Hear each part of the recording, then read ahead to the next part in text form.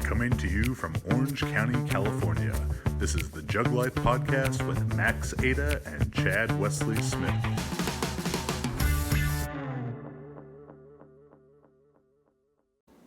Hey everybody, what is up? Chad Wesley Smith here, another episode of the JuggLife podcast. I'm joined today, not as always, my normal co-host Max is not here, but I'm in Georgia with guest Brett Bartholomew. Brett, how you doing, buddy? I'm doing well, thanks, and thanks for welcoming my barking dog here as well. Yeah, don't I gotta worry about that. So we're with Brett here in Georgia. Big fan of your book, Conscious Coaching. Before we get into that and some of the topics related to that, for our listeners who don't know you, you have a very interesting, inspiring story about kind of getting in to the world of strength and conditioning and getting interested in that. If you could briefly share some about your background and what brought you to where you are now. Yeah, within that story specifically. Sure. Yeah, I'll give everybody the Reader's Digest version. So growing up as a competitive athlete, I had a real close network of friends, as any of you that played, baseball or football or any other sport throughout your early years and maybe still to this day had. We had competed together for a long time. You just knew all their families. Eventually, as I transitioned into high school, a lot of the kids that I grew up with and that core group of friends got into some pretty hardcore drugs. And I'm talking about cocaine, meth in some circumstances. And during that same time, my family or my parents were going through a divorce. So I didn't really know what to do with a lot of that anxiety and energy and emotion as a kid. I had always channeled that into sport. So that's what I started doing even more so. Became fanatical specifically about training because it was a way that you could literally exercise your demons, pardon the double entendre. So I started taking my training up. I wasn't hanging out with these friends anymore. And I had no kind of social circle, so all that time just became me working out and following really bad advice from whatever magazines were around at the time. I'm 14, right? So this was a time where nutrition advice was kind of really going from low fat, no fat to low carb. So first of all, I did both of those things because I thought... simultaneously. Yeah, I did both those things because I'm just... At that point, especially an extremist, and you're channeling all your energy into, all right, well, if these guys are going to do this, I'm just going to focus on getting myself better. Like, screw them. I started training 3 days a week. I'd run and lift after school. I'd go home, and after dinner, I didn't really want to be home just because of, the nature of the environment. And so I'd go work out again, and then Christian Bale style and American Psycho. Before bed, I'd do push-ups and crunches ad nauseum.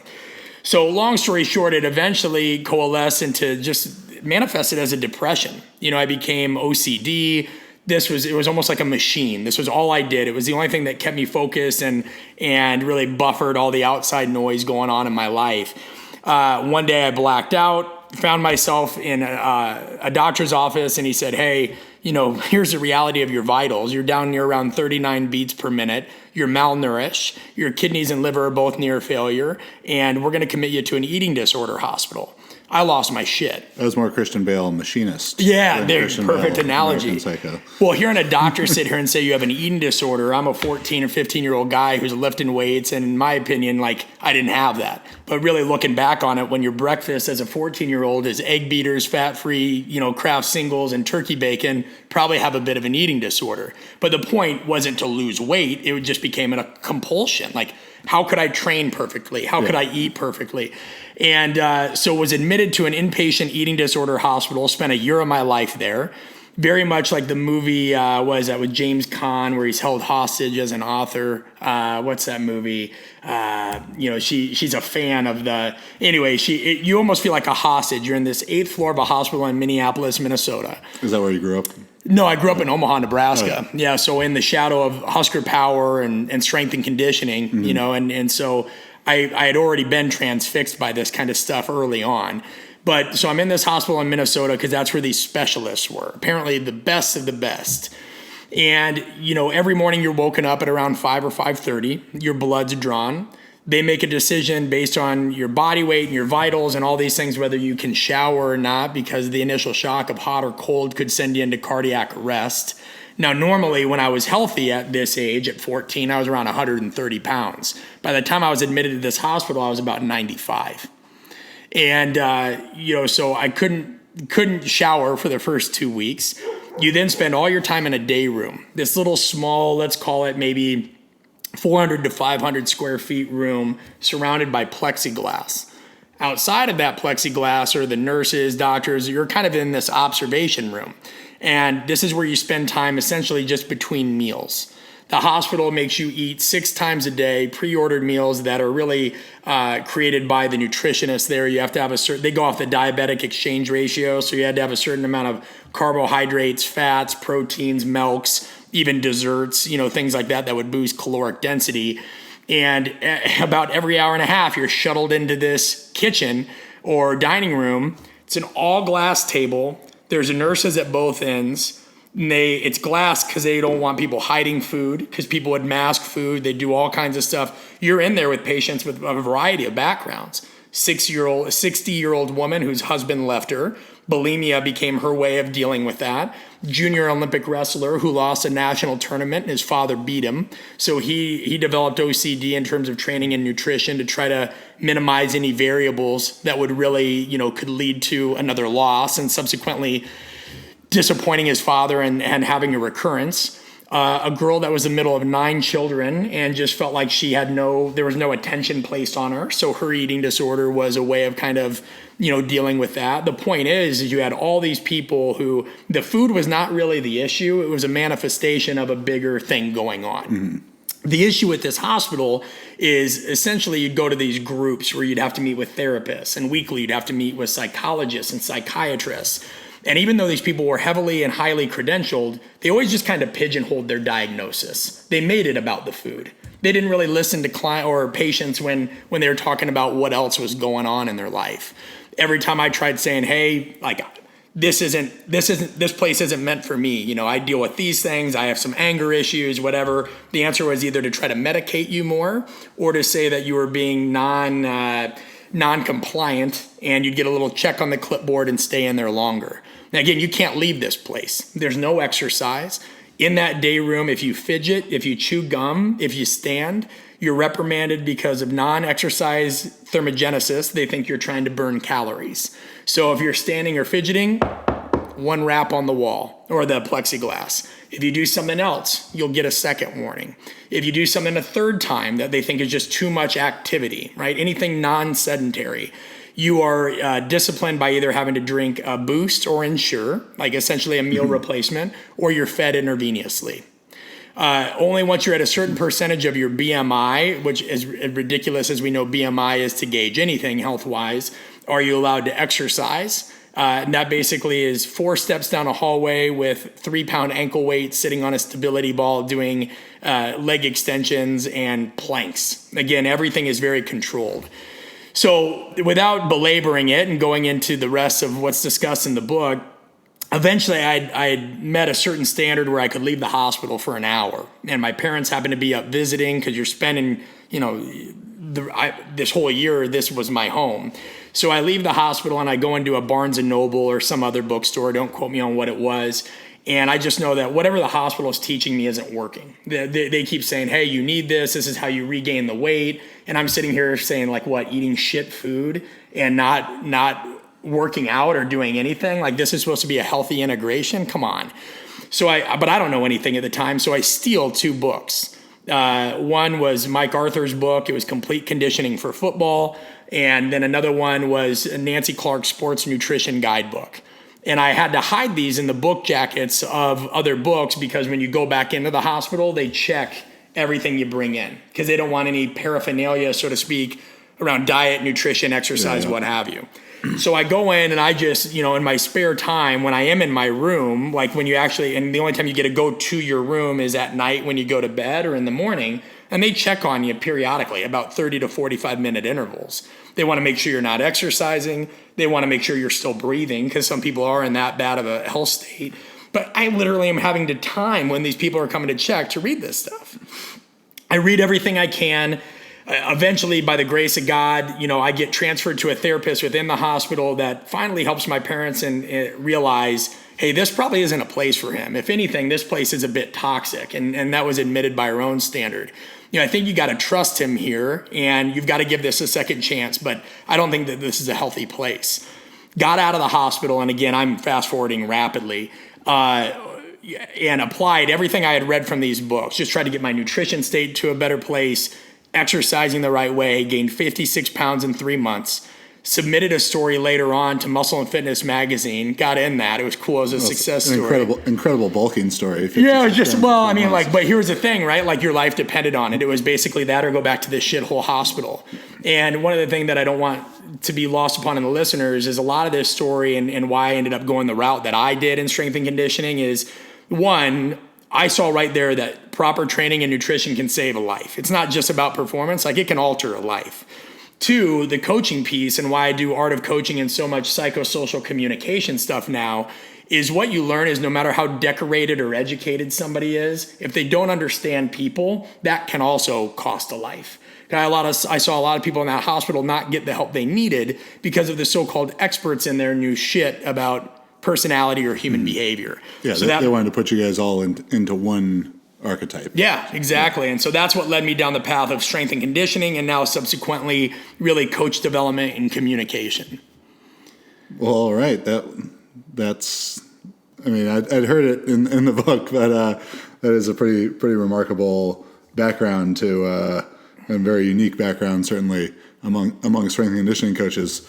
So to try and create some kind of segue there, as we mentioned, these experts, quote, air quotes, we're trying to shove everyone in this hospital situation into all of you have this problem and this is the one way that we fix it. I think most people's probably biggest takeaway from the book Conscious Coaching are these athlete archetypes. Yeah. And you going doing just the opposite of what these so-called experts had done to you, and rather than saying everyone gets fixed, everyone gets treated this same way, but you've looked at all these different archetypical situations, and this is how we can best address all of these problems. So, as you're helping educate coaches, what is sort of the first step that you would advise them to in to beginning to assess their athletes and where they might fall into these different categories? Yeah, I think even before that, coaches really need to be self-aware. That was one thing the hospital did afford me as I was sitting here looking at all the other patients and the odd things that they were doing. It's funny, I tend to look at that and I'm like, this person's crazy. Like but then you're completely ignoring what you're doing, right? And that's what's called fundamental attribution error. You look at somebody else doing something and you say, well, that person's insane, right? It's a person issue. But if you're doing something else a little goofy, it's a situation issue. We're really quick to justify it or rationalize it.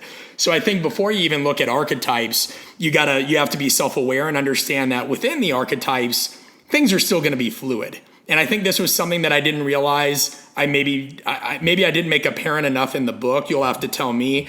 But I took some heat early on with the book because people were saying that I was trying to treat or diagnose or typecast people into certain patterns of behavior. And there's nothing in that book that talks about diagnosing or that archetypes should be the only way that you go about things. Archetypes are fluid and they're situation dependent, meaning an athlete coming into the weight room may present a certain characteristic or trait. But when that athlete is with their family or in a social setting, they may be very different. As when they're on their own, they may be very different. Myself as a coach, I'm an example of that. When I'm coaching or presenting or speaking on a podcast with a friend, I'm going to be a little bit more charismatic, loquacious. We're going to talk a good bit. When I'm here and there's nobody around me, I don't want to be bothered and I just want to read a book. I'm fairly introverted in that respect. So I think helping coaches understand that an archetype, by definition of the term, is a mold or a typical example of behavior. It's just a pattern. And we see this every day. You go to a movie, there's a hero and there's a villain.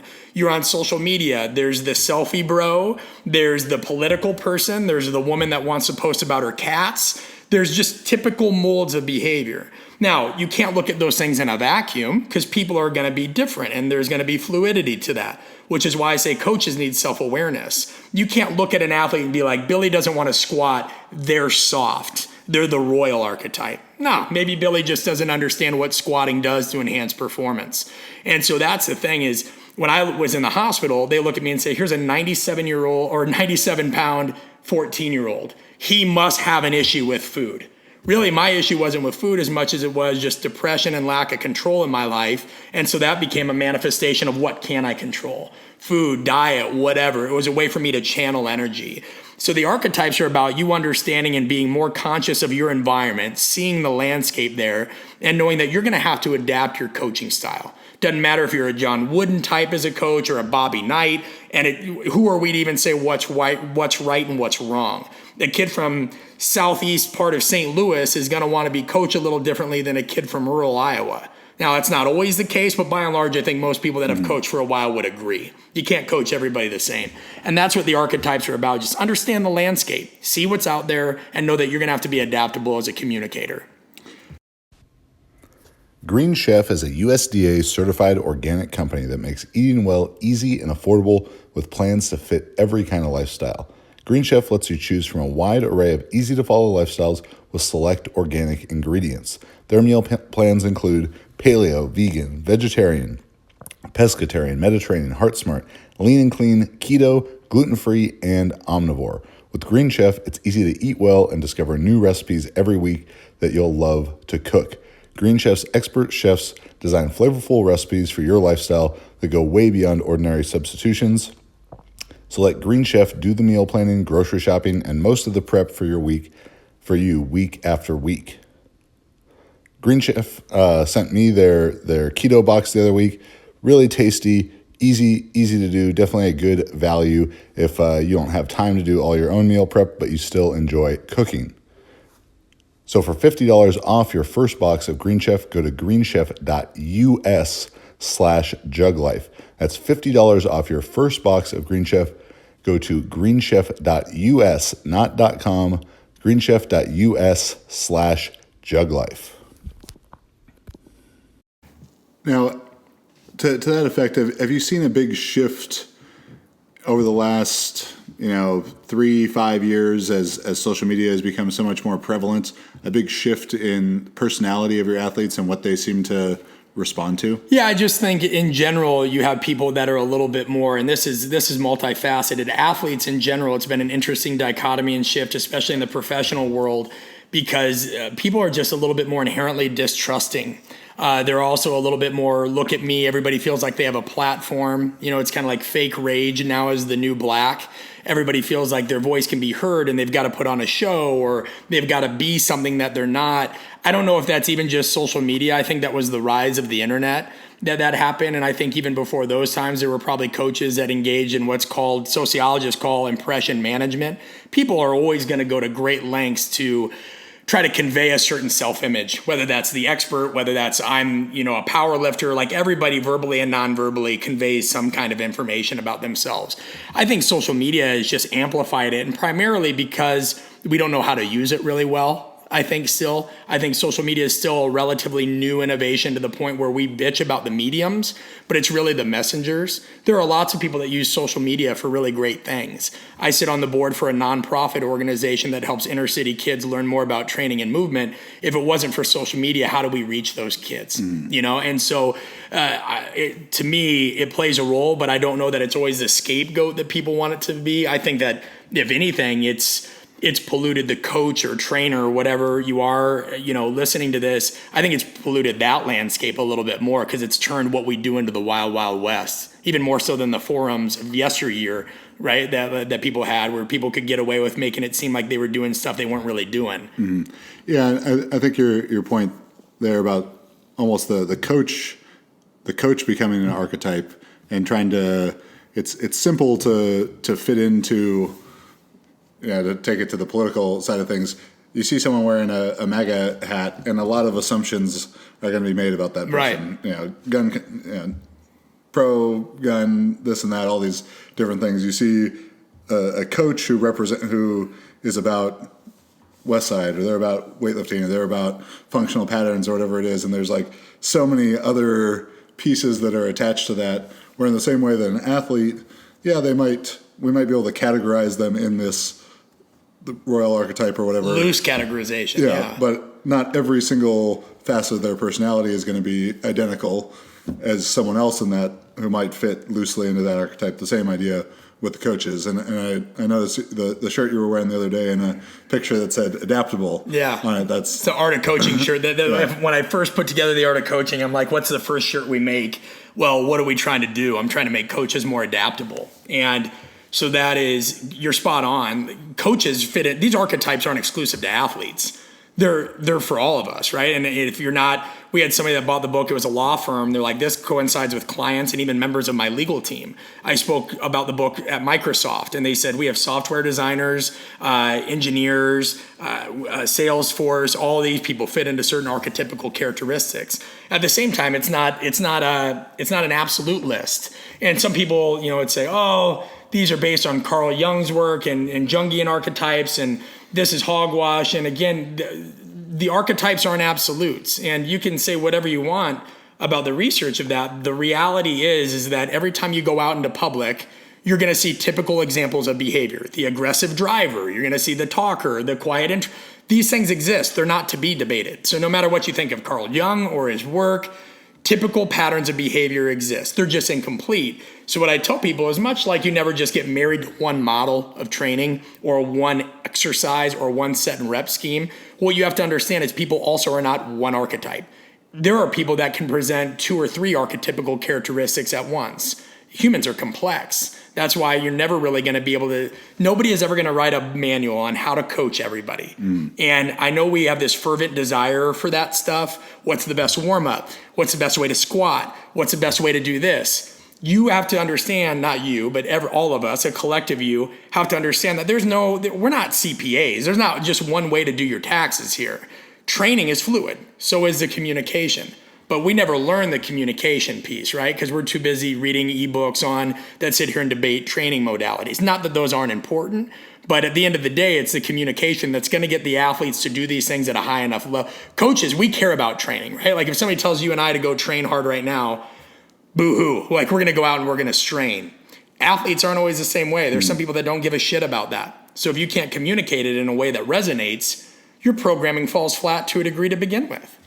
I think that the athlete's relationship to the training too, there's a big difference, and let's see if you have noticed this as well, between individual sport athletes and team sport athletes.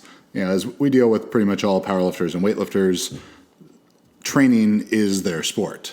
Where football players, basketball players, like that's sort of that's not the fun stuff. No. They want to go play the games, and everything else is sort of a tough piece to it. Have you any strategies or any advice you can offer in terms of dealing with the individual sport athlete versus the team sport athlete? Yeah, within the book, I talk about 4 drives that were really brought to light by 2 Harvard business professors that looked at just evolutionary psychology, Paul Lawrence and Ethan Noria. And what they show is, and by the way, a drive is not the same as a motivation, just so we're clear on nomenclature here for anybody listening, because this can get sticky.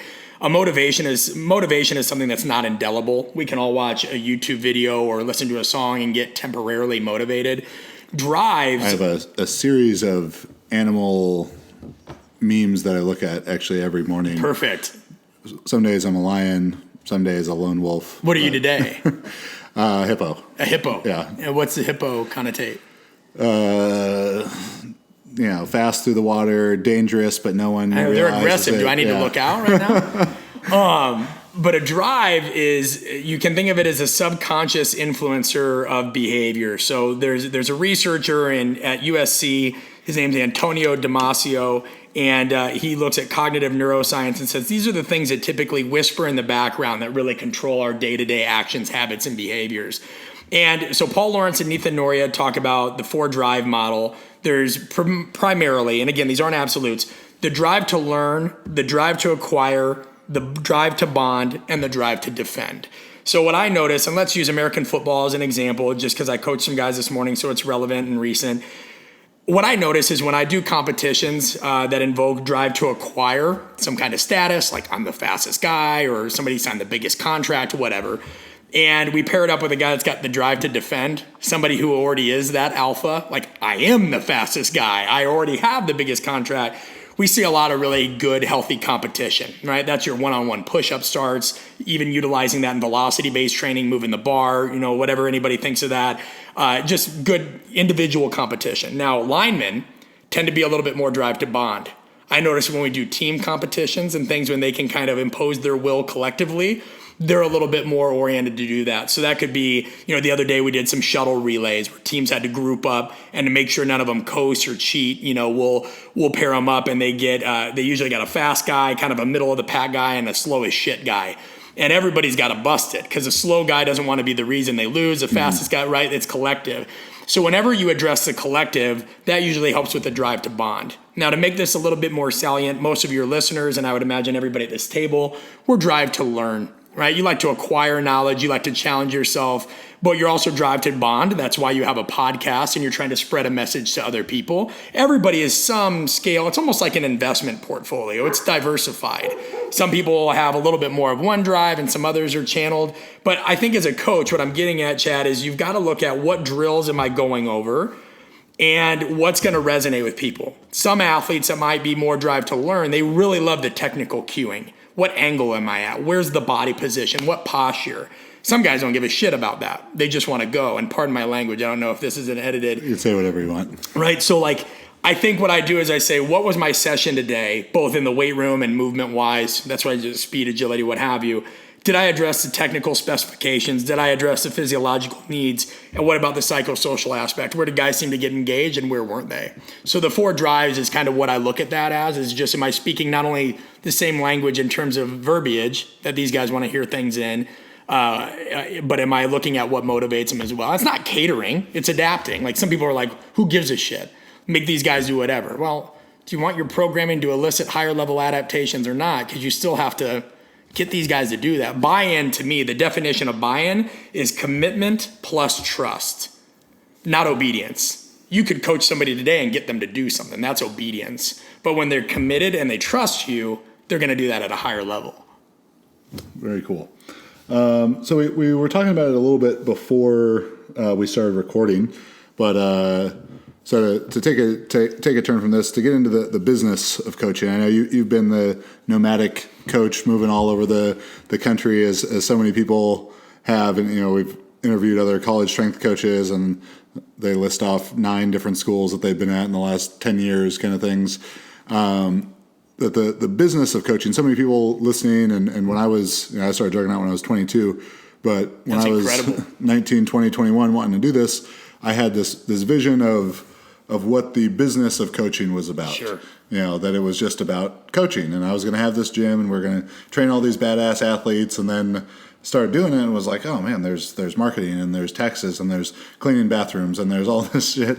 And then when you're in the collegiate setting or professional setting, it's even a whole different thing where you've got to report to your head strength coach and the athletic director and then the president of the school, and you've got the head coaches of the sports and all these different bosses, where I think that turns a lot of people to wanting to get into the private sector.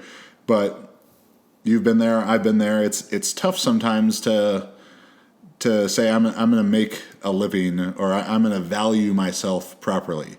So as someone who creates content, as someone who has coached at all these different levels, what advice would you give to young coaches when it comes to the business of coaching and properly valuing their expertise? Yeah. You touched on a good point. I think the one thing I'm really grateful for that I did early is I wanted experience in the team setting and private sector. I think that's the first thing I'd start with, and it's the bedrock of the advice I'm going to give to follow that up on that question. There are so many coaches that still think there's only one way to do this. They've got to go to a major Division I university, and I was fortunate to have some time there as a volunteer at Nebraska. I was at Southern Illinois as a graduate assistant, or they want to work for a pro team. But I don't think they always know the realities of things. I think of periodization and program design. We always talk about begin with the end in mind. Who takes that approach with their career in our field? And I know I didn't at first because I had these same aspirations. I was like, I want to do this and this and this. And then it became a point, and there's only so much I can share on this. Just like there became a point where you realize that everything you do when you work for somebody else to a degree is owned by them. I had a great time in the private sector with a large organization, a lot of which I have to credit the skills that I've gained in many ways. But I knew when I wanted to write the book, it was a very clear you can't write the book here. And I looked at it and I thought, well, my wife and I want to have a family. And I need to find some way to make extra money because they've told me I've capped out. So what do I do? Well, around that same time, I got offered a head assistant job with an NFL team. But I had already made a decision prior to that contract coming through that I'd sign on at another facility who was like, hey, you know what? You can run some of the business stuff. You can do the coaching. And I looked at my wife right now and I said, we have the opportunity to do something that I've coveted for about half a decade now, going to work in the NFL. At the same time, like, I know that I need to learn certain skills that if shit hits the fan, we're protected from a business standpoint. Now, the NFL would have given me a lot more followers, a lot more passive respect. There's a lot that comes with that acronym, right? And I wanted to do that because I'd worked with that population quite a bit. But I'd already given my word to another organization, and I tried to look at it, and I said, okay, I'm going to learn the business side and this. And I did. I learned a lot of lessons, good, bad, and ugly. When you put skin in the game, you do that. And I don't think a lot of coaches... we talked about this before, you're right. I was a purist, even probably until around 3 or 4 years ago, where all I ever heard in my head was people say, real strength coaches aren't on social media. Real strength coaches don't have a brand. Real strength coaches don't do this. And so I started looking at it and I'm like, well, what are we, coal miners? Like, I'm just supposed to stay in the trenches until I'm 75 years old and like never worry about what I'm worth, never. So I said, screw this. I looked at my wife and I go, we're going to bet on ourselves right now. And I'm going to get more involved in this community, but I'm going to do it in a way that I think I would have liked it to be done for me. So there's all this bullshit out there. Everybody wants to make it overly complicated. So when I got on social media, I wasn't trying to show cool exercises. I was showing a 4-time World Series champion doing an RDL and doing it correctly. Fundamentals, not fluff, was kind of this tagline. I was showing people doing plyometrics just cleanly, not on 80-inch boxes or whatever it is. And so that started to just garner a little bit of a following. So I knew I was resonating with some people, probably just people like myself that felt like underdogs that were looking for something honest. And then, I put the chips on the table finally when I said we're going to go out on our own. And when that kind of fear hits you, when you don't have a salary to protect you, none of us have a pension unless you have a SEP IRA that's independently funded, or I guess some NFL or major sporting organizations I think do after they're there 10 years, but it's going away. I started looking at like, what can we create that can help people that we can own? And I'm sorry if I'm being long-winded on this. So I said, we're going to write the book. I was clueless. I had no mailing list. I had to take out a $25,000 loan to get that thing self-published. We didn't have that kind of money. I was 4 years into the field before I even made $30,000. And now I'm taking out a $35,000 loan. I had no idea what to do marketing-wise, but somehow that book went viral. And then I said, if I'm going to continue to do this, I've got to learn more about this world. And you see it with a guy like John Gruden, who coached for a long time, got out of it because he didn't like the cannibalistic nature of it and some other things, built really a brand for himself, and then went back to coaching on his own terms. So I said, if we can do that, if I can still coach, but I can also be involved in coach education because I never had a direct mentor, I want to give that. Can we create a platform where now we have this kind of, we've built the well before we're thirsty? And so, a lot of learnings there, a lot of things that made me feel guilty when I put myself out there because you keep hearing these. But I just think strength and conditioning is in this weird adolescent phase right now where it doesn't know what it wants to be. You have people that clearly want to be out there and be heard and make an impact. They don't know how to do it. So they've sullied the well a little bit. So we've created this reservoir of poor associations with what it means to market yourself and brand yourself, just because a lot of people did it without any education or integrity. But in reality, that's where we need to go. You already sell yourself 1,000,000 times a day to the athletes or people you work with. You get them to understand the value of an exercise. You use a certain cue or command that resonates with them. If you need a budget increase at a team, you've got to make a compelling case. So why not do that on a larger scale? And that was a distinction I started making probably about 2012, and I mentioned it a few times in interviews and articles and stuff, is that when Juggernaut started creating a lot of content in 2012, it was very important to me that we were coaches who put stuff on the internet, not internet coaches. It's a good distinction. And I had seen I saw these people, in the only 6 going on 7 years ago now, what seems like a lifetime ago in terms of the business and marketing for everything, people who had never really coached anyone, but they were the ones who had the big mailing lists and all this stuff. And it was so frustrating to me. And I was like, I don't want to be like that. We want to be coaches who put stuff on the internet, people who really do this stuff on the day-to-day, but want to share that information with the best people. As I always figured, it's going to be relatively easy to learn how to do the marketing part of things, much easier than the marketing people could learn how to do the coaching part of things. But even in that, I found myself struggling with that same distinction of these are things I would do for free, but if I do them for free, then I can't actually do them anymore. You're devaluing it. And that was like, we hosted a big event. It was, I say we, like, it's still me, but I had some. I say we for me all the time. Right. And it makes you sound fancy. Yeah. I just had I'm trying to grow a team and I'm trying to make it not about me. But we did an event in January called Valued with the ED in parentheses, like value education. And it was all about that of, all these things that are rooted in humility and good intentions are great, but taken beyond a certain spectrum or scale or scope, however you want to phrase it, it's devaluing what you do. And, unfortunately, I have yet to meet a doctor or a dentist I can go to that won't charge me. Well, I probably could, but I don't think the service would be great. And I started it was all around how we need to get over this stuff. And we made it an online course. It comes out April 24th, but it's just about those struggles of you have to understand, the more you kind of stay in these shadows, I know that seems like the altruistic, good, humble thing to do. But if you constantly say it's not about the money, I'll work harder than anybody, it's all about the grind, all these self-sacrificial kind of mantras and phrases that somehow have become almost like cult-like in strength and conditioning, what you're really telling people is you're expendable. And you see that. Look at the coach turnover. I think we joke that the NFL stands for not for long. I think the average coaching contract is shorter than the average career span in the NFL at this point. What are you going to go on, a recurring cycle of 2 to 3 year contracts? Mm-hmm. And what do you expect? Do you expect the GM, the owner, the administrators to pay you well when you're constantly showing that you'll do whatever it takes to undercut the other guy? So say there's a job for $35,000. You see undercutting, belittling. You see people staying from, even if they don't have to be there at 4:30 in the morning, will stay there till 8:30 at night. And again, was guilty at one point because I bought into that. But it's all just like, what are you telegraphing to the outside world? And then we're supposed to feel bad when you charge for your time. Somebody DM'd me the other day, and I'm not trying to be rude, but they said, hey bro, can you tell me about your book? And, you sit there and it's like your 39th DM that you're answering about this. And you want to say, well, can't you just go to like Amazon? Like there's a full description on Amazon. Google, you may have there's a full chapter. Like I give away a full free chapter online. And then you tell him a little bit about it because you feel compelled. And he's like, cool, like any tips for my career?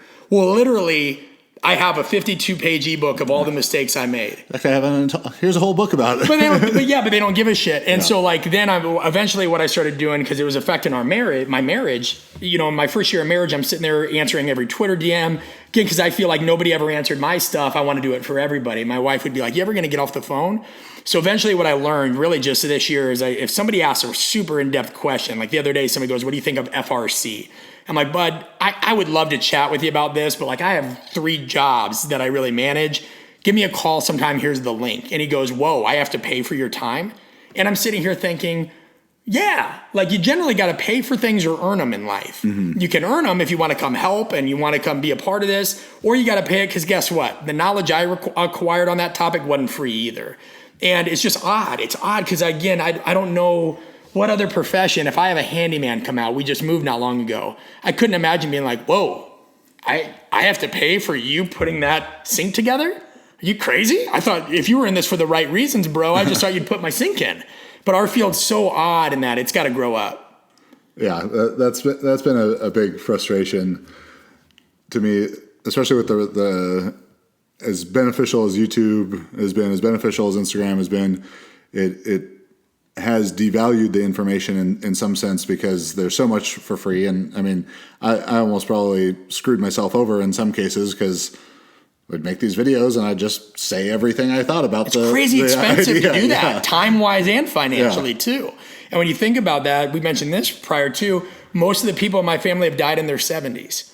And so I'm a very urgent I communicate with urgency because I just don't feel like we have a whole lot of time, especially I wasted a year of my life in a hospital. And so anything I put out there, it's with purpose, and I try not to put shit out there. So if I put it out there, look at it, because I promise it's time away from my wife, all those kinds of things.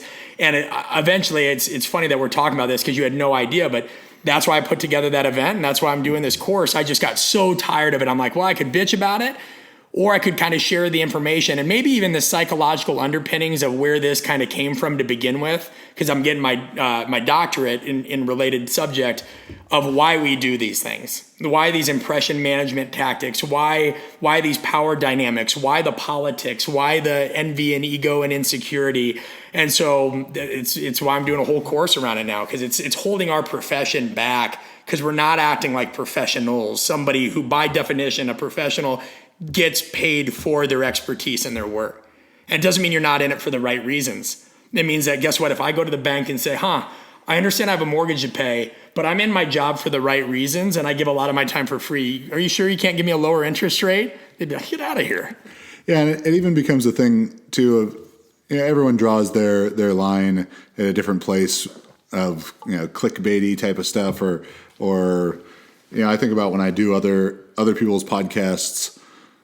Sometimes there's this sort of sliding scale of like reach to credibility kind of thing. Yeah, that's a good point. Whenever you go on someone else's, or you contribute an article or whatever, you're lending them some of your credibility.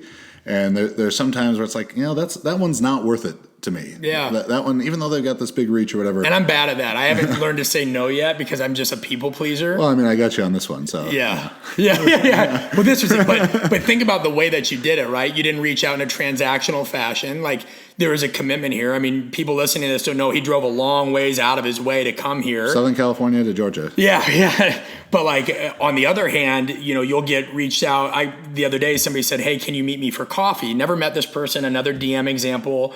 So, I was, hey, what day are you in town? Yada, yada, yada. Well, they were about 2 hours away and they didn't offer to pay for that time. And it was in the middle of 2 athlete training groups. So I just said, hey, I would love to meet you. Let me make this clear right now. However, like, even if we met halfway, here's the time commitment and I got other groups. Again, I just got lambasted because I wouldn't go meet the guy. Mm-hmm. And I'm like, well, dude, like, one, I don't even drink coffee. So you didn't even, and that's nothing like it.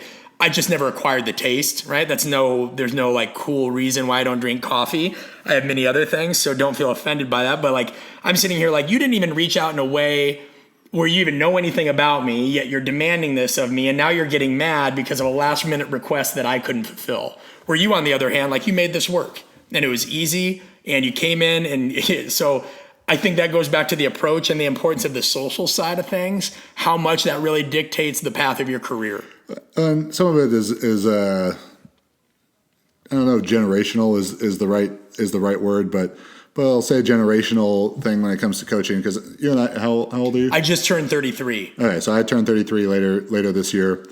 I remember we did an episode with Mike Gudango a couple months ago, who's probably about the same, 32 or 33, and we must be right on the youngest end of this group. And that's not to say that there aren't younger people who think the same way, but if you're a little bit younger than us, YouTube and all of that was always prevalent, and information was a bit easier to come by. I'm sure you remember being 19, 20 years old when Elite FTS would only put articles out on Friday. Yeah. And you're waiting all week to read that article. Yeah, these 4 or 5 articles that came out every Friday, and you were going to read every single one of them. And now, even seminars that I do, like the one I'll do this weekend, and I'll ask people, hey, who's watched this video that I made? Who's watched this? And I was getting so frustrated with it that like a third of the people would raise their hands. And it was blowing my mind, because I was like, you put so much into it. Yeah. And just like, why would you pay to come to something if you could have gotten this stuff? I have it all for free online too. Right. And so I brought up Mike Gudango because he was telling us about when he interned for James and Buddy, and he's living on an air mattress in a closet. And if you're a little bit older, your only option was go to a seminar, try and track the person down after. Mm-hmm. And, I started coaching high school football when I was 19. And even when I was in high school doing track, being at these track meets and not really having any guidance for lifting and all this stuff. and just finding the coaches and asking them questions until they were like, hey kid, I got to go do something else, but now because it's so easy to access people through social media that they feel like they've got all the time in the world to just answer my questions. Yeah. They don't have to put the skin in the game or make the sacrifice to go pay money to go to an event or to sleep on an air mattress in a storage closet to gather some of this information. But that's why, touching on that point, that's why I always tell people now, best advice. It's so quotidian where somebody's like, what's advice? For years, people would say, get your degree, get an internship, get certified. And you're like, dude, like really? There's tons of jobs or tons of coaches that have that and it's not helping them in their career. Now what I tell people is put skin in the game, because otherwise you end up like I was really in my early 20s where, again, anybody that was online, I'm like, faker, idiot, look at this guy's form, can't even get the elbows through. And then you coach long enough and you realize that everything's context. I remember one time I was working with 5 UFC fighters and literally cinematographers from the UFC were like, can we watch the training session? And I'm like, sure. Well, within that training session, I think we had done, heavy trap bar deadlifts. We had done weighted pull-ups. We had done some kind of one-arm dumbbell bench press. We had done posterior chain work. And then we're doing conditioning now. So they had circuit-based conditioning, some battle ropes. They were doing some medleys with the sled and what have you. And what did the UFC put out? Because I was like, this is going to be great. There's finally going to be footage of fighters doing like real shit. Because before it was just all these like gimmicky circuits, right? Swinging weighted bats at heavy bags and then doing all this. Well, the video comes out and it was almost like probably like my father felt when Johnny Carson came on at night. They're gathering around the TV. I'm like, watch. They're going to show real training now. I practice what I preach. What do they show? Just the prowler and the ropes and all the battle rope montage. Yeah, just everything. And so then I just get flooded and I'm like, doosh, taking hits. I used to box competitively. It felt like uppercut. And people were like, I thought you were this. And then I'm like, what? I'll send you the program. We did it. And then I just realized, shit, I shouldn't have been such a inward loudmouth, and criticize all the stuff that I saw online, because you really don't know the context of it. And that's even a marketing lesson I learned within the last year. So I had a follow up to the book. The book's not even 2 years old. It won't be until April. And literally after the book was done, people are like, when's the next book? I go, this took me 3 years. There's no next book next year. But I did do an online course that dives deeper, right? So spent a ton of time on this, built it out. And I remember the folks that helped me with the course, they said, hey, we have to expand the reach. Like we got to get the average Facebook user interested, people that aren't part of the 1%er community. Paint the dream for us here. And I'm like, well, what do you mean? I go, this course is just about how to communicate more effectively and build trust. And they go, we get that. And for real coaches that do this in and day out, they will get that.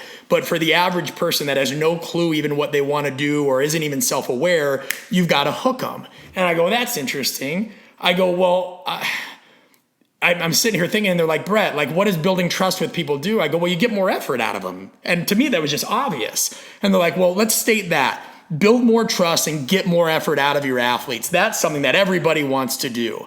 But I'm sitting here belaboring why the psychosocial dynamic's important, if their wants it. So it was a masterclass in marketing, because I realized you do sometimes have to have an above the fold headline to get the attention of people that aren't going to go to the work, like you said, Chad, to look up your stuff. Now you've almost kind of got to bait them, but you got to bait them ethically. Yeah. You have to bait them ethically. Putting a clickbait headline on an article with good information is not unethical. And that was something I struggled with. That was something I really didn't understand, because I'd get, again, purist friends that would be like, what you said here is bullshit. And I go, dude, you're not my audience right here. You've read the book. You understand this. And this is where academics fail, because I had a PhD at the time be like, you had no business writing this book.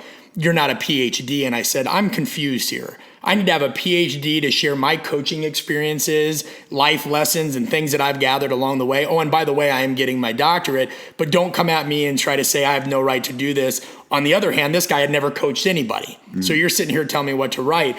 But yeah, if the information's good, you just have to realize that you got to drive traffic to that. And the emotional brain is always going to beat, no matter how smart you are, no matter anything else, emotions win. It's completely different if you're trying to defraud somebody, or you're trying to, and we see enough of that. But that was my biggest failure at first with the marketing side, is learning that kind of being like, oh, it's okay. Like some people just, I literally had to label an ebook that's free, advice for new coaches, because people would say, hey, you got any advice for new coaches?